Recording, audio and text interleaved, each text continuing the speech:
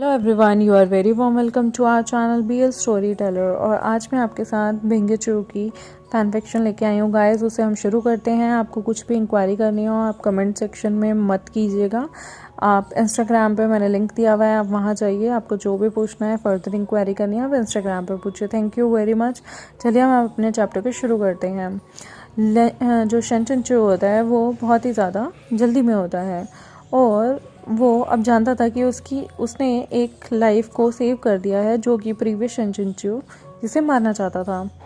लिu चिंगे जो कि उसी के हाथों से ओरिजिनल नोवा में मर गया था, उसे इस बार इसने सेव कर लिया है।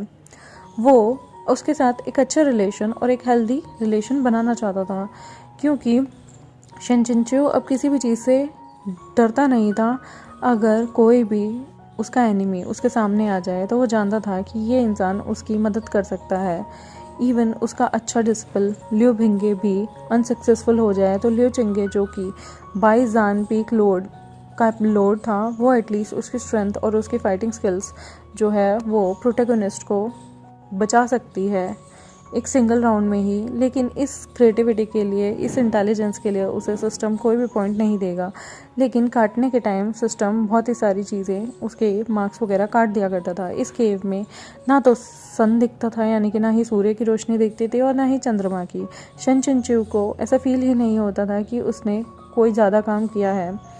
जब वो इस जगह पर आया था, वो इस स्पिरिट्स केव से एग्जिट करना चाहता था। वो अपनी आंखें बंद करता है और शेनचिनचू एक स्टोन प्लेटफॉर्म पे बैठ जाता है, यानी कि पत्थर की सतह पर बैठकर जो है आसन ग्रहण करता है। और वो स्पिरिचुअल पावर को अपने सारे के सारे हाथ पैर और शरीर के अंदर सर्कुलेट होने में उसका इंतज़ार करता है।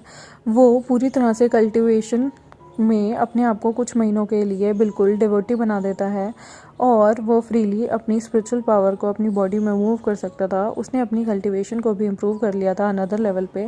ये ऐसी स्टेट थी जहाँ पे उसका अमाउंट ऑफ कंट्रोल इंक्रीज़ हो गया था। उसकी बॉडी जो थी वो 100% अलग लेवल पे चली गई थी और उसने अपनी सारी ऑकवर्डनेस को भी सॉल्व कर लिया था। उसकी आंखों की जो चमक थी वो डिफरेंट हो चुकी थी। शेनचिनचू जो है उस स्टोन टेबल से नीचे उतरता है, यानी कि उस पत्थर की सतह से नीचे उतर के उसकी बॉडी बहुत ही लाइट और इजी फील कर रही थी और उसके शरीर में, उसके लिम्स में, उसके हाथों पैरों में एक नई सी जान आ चुकी थी, जैसे कि एक लाइट ब्रीज हो। ऑफ कोर्स वो जानता था कि ये जो फीलिंग है वो सब्जेक्टिव है और वो जानता था कि लूजन में वो इतना टाइम रहा है कि टाइम जो है वो एकदम फास्ट फॉरवर्ड की तरह बीत चुका है, जैसे कि कोई वीडियो चल रही हो। ये नॉवल था, लेकिन अगर इस चैप्टर को फिनिश करना होता तो एक दिन में फिनिश कर सकते थे। लेकिन अब सेवरल मंथ्स बीत चुके थे जब उसने वो आसन ग्रहण किया और वो सेक्लूजन में गया और वहाँ पे वो अपनी आध्यात्मिक शक्ति को ग्रहण कर रहा था। उसे बहुत ही अच्छा फील होता है कि जो ये बिग ब्रदर है ना उसके नेक्स्ट डोर पे ही है और वो उस स्टोन के डोर को खोलता है। शेनचिनचू अपना गला ऐसे करते हुए बोलता है कि भ्राताश्री, अगर आप अवेयर हैं सिचुएशन से तो ये सीनियर ब्रदर अपनी एडवांस कल्टीवेशन को ख़त्म कर चुका और अब मैं जाना चाहता हूँ, मैं प्रस्थान लेना चाहता हूँ। उसकी वॉइस बहुत ही ज़्यादा लाउड नहीं थी, लेकिन डेफिनेटली इतनी इनफ थी कि लिu चिंगे उसकी आवाज़ को सुन सके, ताकि उसके कान में वो एम्प्टी केव में वो चीज़ें गूंज रही हों। सिंस वहाँ पर शेनचिनचू को कोई रिस्पॉन्स नहीं मिलता और वो इस चीज़ का केयर भी नहीं करता, उसकी इंटेंशंस गुड थी, जो कि बहुत ही काफ़ी था उसके लिए। और वो अपनी इच्छा से एक बहुत ही स्ट्रॉन्ग विंड आती है उसके पैरों के नीचे और उसे आराम से उस स्पिरिट केव से बाहर ले जाती है। वो कहीं ना कहीं ठीक था, मतलब वो स्टॉर्म वो कैलकुलेट कर रहा था इतने दिनों से, ऐसा कोई इंसिडेंट हुआ नहीं था और ये सीन बहुत ही इम्पोर्टेंट था उसके लिए क्योंकि वो बाहर की साइड आ चुका था उस केव से। और प्राउड इमॉर्टल डेमन वे, जो कि ये नॉवल था जिस जगह वो फंसा हुआ था, यहाँ पर डीमन जो थे वो बहुत ही ज़्यादा कैंग चियोंग सेक्ट पे, मतलब ह्यूमंस और डेमन्स के बीच में कुछ होने वाला था। और ये बुक का बहुत ही इम्पोर्टेंट टाइम था जहाँ पे 2 फीमेल लीड जो थी वो आने वाली थी और वो लिu भिंगे को नोटिस करने वाली थी। स्पिरिट केव जो सेपरेटेड थी आउटसाइड वर्ल्ड से, उसके अंदर जाते ही किसी को कुछ नहीं पता चलता था क्योंकि वहाँ इतनी शांति और चुप्पी थी। लेकिन जैसे ही उसने उस केव से एग्ज़िट किया था, उसे चियोंगडिंग पीक की सारी चीज़ें, जहाँ पर एक फ्लेम जग रही थी, वो सारी चीज़ें उसे पता चली। उसे पता चला कि आसपास की चीज़ें कितनी मेसी हो गई हैं और उस वहाँ के डिसिपल्स कितने कन्फ्यूजन में हैं। शन चिनच्यू समझ जाता है कि डीमन रेल्म से कोई ना कोई इविल लोग वहाँ पर ऑलरेडी उस माउंटेन में आ चुके हैं। वो जैसे ही वहाँ पहुँचता है, सच्चा कोइंसिडेंटल टाइम होता है जब उसे एक आइडिया आता है कि वो इस तरह के दंगों में देख सकता है कि वहाँ पे कोई जंग का माहौल छिड़ गया है और कुछ ना कुछ डिसिपल्स जो हैं, जो कि जानते थे कि उनके मास्टर ने उन्हें देख लिया है, इमिडिएटली वहाँ जाते हैं और कहते हैं मार्शल अंकल शेन आप फाइनली बाहर आ गए। यहाँ पर बहुत ही बड़ी ट्रबल हो चुकी है। डीमन रेल्म के पीपल जो हैं चियोंगडिंग पीक में आ गए हैं और ना जाने कितने सारे हमारे शिष्यों को और हमारे गुरुदेव, हमारे जितने भी भाई बंधु हैं, भ्राता हैं, उन्हें हर्ट कर रहे हैं। शन चिनच्यू जो है वो अपने एक हाथ को टच करता है और कहता है, अपने एक हाथ से उन्हें टच करता है और कहता है शांत, कहाँ पर हैं ये सारे सेक्ट के हेड। तभी डिसिपल ए जो है चिल्लाता हुआ कहता है कि सेक्ट हेड तो नीचे गए हैं माउंटेन्स में किसी काम से, किसी कार्य के तहत, और हमें नहीं पता था कि डीमन रेल्म के पीपल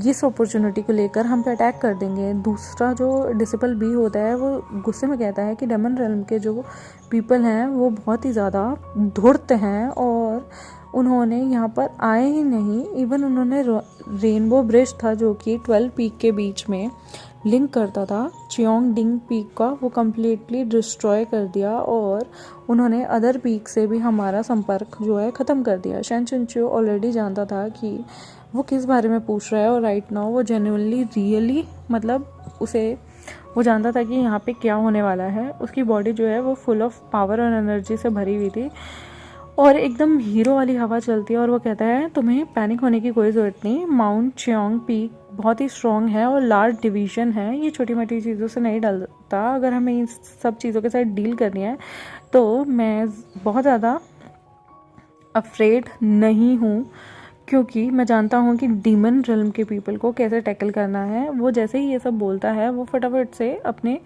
जो पाथ होता है उस पर तेज़ी से चलता है। जो डिसिपल्स से सडनली उन्हें फील होता है कि उन्होंने एक बैकबोन पा लिया है। मतलब शन चिनच्यू की बातें उन्हें ना कहीं हौसला दे जाती हैं और वो तभी की तभी फॉलो करते हैं उसे। वो जानते थे कि ये जो लोग थे ना, जो चियोंगडिंग की ऑडियंस है, वो एक हॉल में इकट्ठी हुई थी।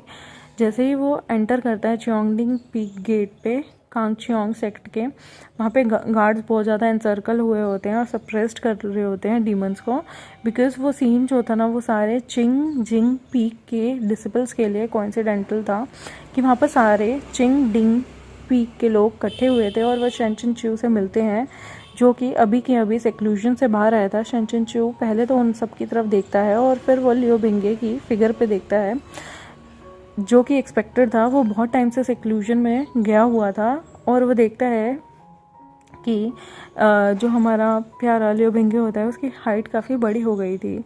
उसने काफ़ी टाइम से उसे नहीं देखा था कि वो कितना लंबा जो है लड़का बन गया है और वो जो मैन था वो बिल्कुल बैम्बू ट्री की तरह लंबा होता जा रहा था और उसकी बॉडी भी स्लिम ट्रिम थी और वो बहुत ही ज़्यादा आई कैचिंग लग रहा था। इस प्रोटैगनिस्ट को देखकर शन चिनच्यू जो है वो काम डाउन होता है और वो अपनी अटेंशन जो है अपनी एनिमीज़ की तरफ डालता है। वो सामने से देखता है कि चिंगडिंग हॉल में ना जाने 100 से भी ऊपर डेमोनिक एनर्जी जो थी वो इकट्ठी हो गई थी और लीडर जो था डीमन इन्वेजन का वो 15 ईयर ओल्ड गर्ल थी और कोई भी नहीं था। शन चिनच्यू तभी एकदम से एक्साइटेड होकर अपने दिल में हंसने लगता है कि वो फाइनली आ गई, ये वो मन में सोच रहा होता है। और डेमोनिक स्टाइल उस लड़की का ड्रेस का होता है, बहुत ही बिज़ारे और एक्सॉटिक काइंड ऑफ होता है। उस गर्ल का जो स्टाइल होता है ना वो एक्सेप्शनल था। उसका जो पूरा सिर था वो काले बालों से ढका हुआ था। उसने छोटी छोटी ब्रेड्स बनाई हुई थी, यानी कि चोटियाँ बनाई हुई होती हैं। बहुत ही ज़्यादा रिच बोल्ड आई मेकअप होता है और उसके प्यारे लाल से लिप्स होते हैं। उसकी एज बहुत ही छोटी थी, लेकिन हिंट देना बहुत ही इजी था कि वो फ्यूचर में कितनी ग्लैमरस होएगी और उसकी जो ब्यूटी है ना वो बहुत ही ज़्यादा मेस्मराइजिंग होगी।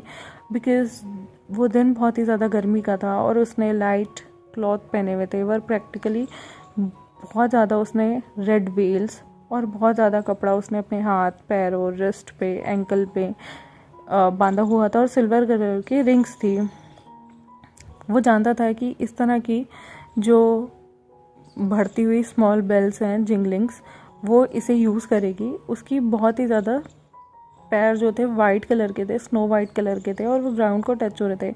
शन चिंचू खुद को ये सोचने से, मतलब उसकी तरफ दोबारा देखने से हिचकिचा नहीं पा रहा था, क्योंकि वो जानता था कि इस लड़की का जो बिहेवियर है वो नंगे पैर न जाने 10,000 ली चल कर आई है डेमन रेल्म से, और वो पानी माउंटेन हर जगह वो इस तरह नंगे पैर आई है।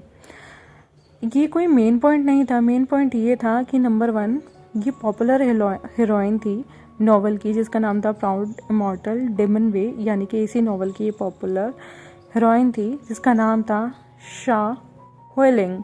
शा हुएलिंग प्योर ब्लड डेमन थी जो कि बहुत क्रूल और रूथलेस थी, बहुत तेज़ और आर्टफुल थी, और वो लियो भिंगो को आगे चल के इसकी डिवोटी बन जाएगी। ये टुगेदर लियो भिंगे के साथ आप समझ नहीं सकते कि ये उसके लिए किसी को भी मार सकते हैं। इवन वो इतनी ज़्यादा आउटरेजियस थी कि वो किसी को भी धोखा दे सकती थी डीमंस में, सिर्फ लियो भिंगे के लिए।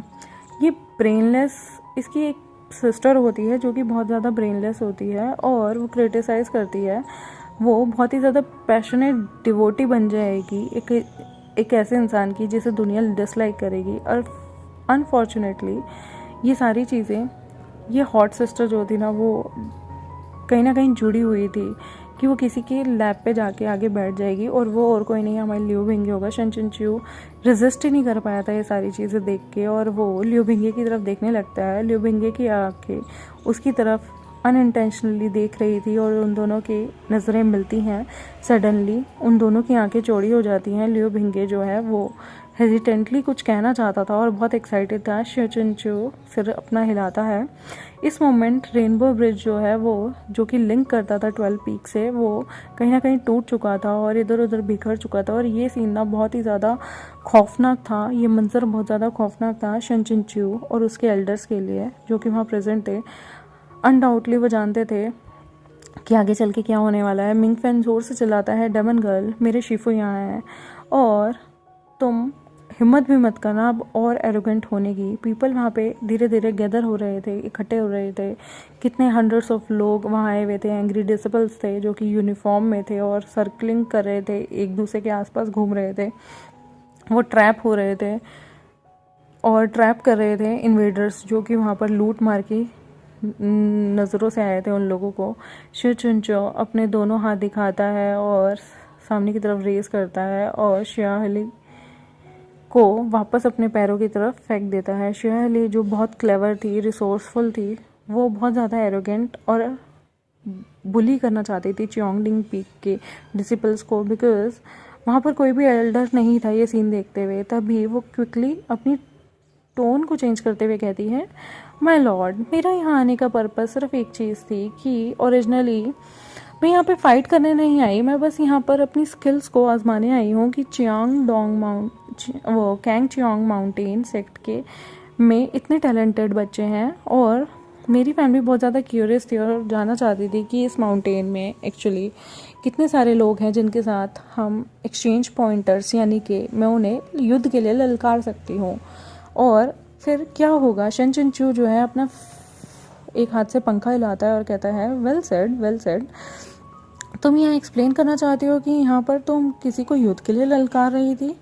तुमने तभी ये टाइम क्यों चुना जब यहाँ के हेड्स नहीं थे, यानी कि यहाँ के जो बड़े हेड थे, लीडर्स थे, वो सारे के सारे नीचे गए हुए थे और तुमने रेनबो ब्रिज भी गिरा दिया और तुम यहाँ पर बहुत सारे सेक्ट डिसिपल्स को जो है वो नुकसान भी पहुंचा सकती हो। मैंने नहीं देखा इस तरह का कोई इंसान जो कि अपनी स्किल्स को आजमाने के लिए ऐसी ओजी हरकतें करता हो। शाह वालिंग जो है वो अपने लिप्स को बाइट करती है और वो अपना वेपन निकालती है। वो अपने बालों के एक ब्रेड को अपने गाल से हटाती है और कहती है, ये पर्सन ज़रूर एल्डर शिव या स्वर्ड का सेंचुनच्यू है जो कि पूरी दुनिया में घूमता है और फेमस है। और मुझे देख के बिलीव नहीं होता, ये लिंगर बहुत यंग है और फेल्ड हो गई अपने सबॉर्डिनेट्स को कंट्रोल करने में। अगर इसने आपको ऑफेंड किया हो तो इमॉर्टल मास्टर मुझे माफ़ करें। वो उसकी लैंग्वेज बहुत ही सॉफ्ट थी, लेकिन शेन चिंचू जानता था कि ये कितनी ख़तरनाक हो सकती है, क्योंकि वो जानता था कि अब आगे क्या होने वाला है। डेमन रेल्म इन्वेजन ये जो इस टाइम होने वाला था, शाह हुआलिन जो है वो अपॉइंट की गई थी डेमन रेस के सेंट्स के द्वारा। उसका एम्बिशन बहुत ही हाई था, बिल्कुल एक आसमान की तरह, बट वो खुद को एक रियलिटी से नहीं हटा सकती थी। वो सिर्फ कैंग चियोंग माउंटेन में एंटर ही नहीं होना चाहती थी, वो बहुत सारी चीज़ों को सीज़ करके वहाँ पर दहशत फैलाना चाहती थी, और वो वापस डेमन रेल्म सब चीज़ों को स्पॉइल करके चली जाना चाहती थी, और वो उसकी अचीवमेंट का एक प्रूफ होता। उसी टाइम में डेमोन्स्ट्रेशन के लिए, इमॉर्टल रेल्म के लिए ये सारी चीज़ें उसके काम आती। शेन चिंचू कहता है अगर ये मिस इतनी जजमेंटल है, अनविलिंगली शाह वालिंग कहती है, ऑल्दो मेरी फैमिली जो है वो बहुत वीक है और उसमें ज़्यादा लोग भी नहीं हैं, तो इसलिए लिंग एर जो है वो जजमेंट नहीं देगी। तभी शेन चिंचू कहता है अच्छा। तभी वो अपने रेड लिप्स और शाइनिंग टीथ दिखाते हुए वालिंग कहती है क्यों ना हम 3 लोगों को चूज़ करें जो कि हमारे बीच फ़ाइट करेंगे, आपके और हमारे सेक्ट यानी कि ह्यूमन और डीमन रेल्म के बीच में फ़ाइट करेंगे।